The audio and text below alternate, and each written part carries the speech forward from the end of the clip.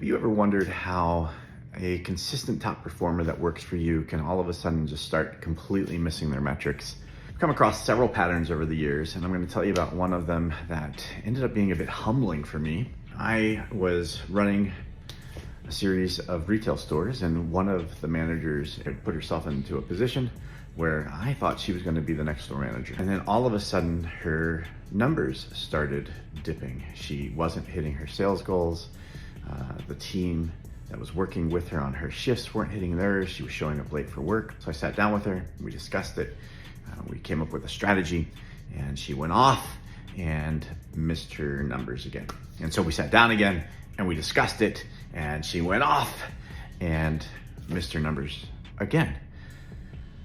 So I sat down with her again and I looked at her and I was like, look, I've put you on this pedestal. I don't understand. If you can't get your act together, this promotion is going to be in question. What's going on? And she got angry with me. I don't know if it was my approach. It probably was. She went off and didn't talk to me the rest of the day.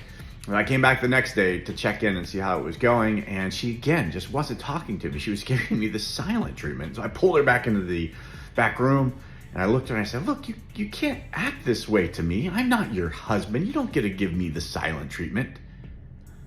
I know. In retrospect, that was definitely not something I should have said. I realized that even at the time, I was young and not the most experienced, and became quite a bit more experienced when HR called me and the VP reached out.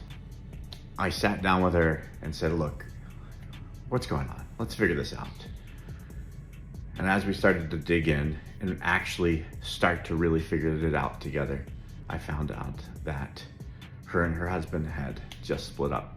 I'd been meeting with her weekly and talking to her about performance, and not a single time did I bother to ask why. What's going on? What's happening with you? What's happening in your life? And that's when I changed my weekly one-on-one questions. When I realized that our performance at work is a lot more to do with who we are and what's going on in our lives. As much as we might want to leave it at the door, we can't fully separate. What have you done with your team to connect and find out what's happening in their lives, and how can we help? If you want a forum that helps you ask those questions, check the link. Make sure you take 5 each week with your team.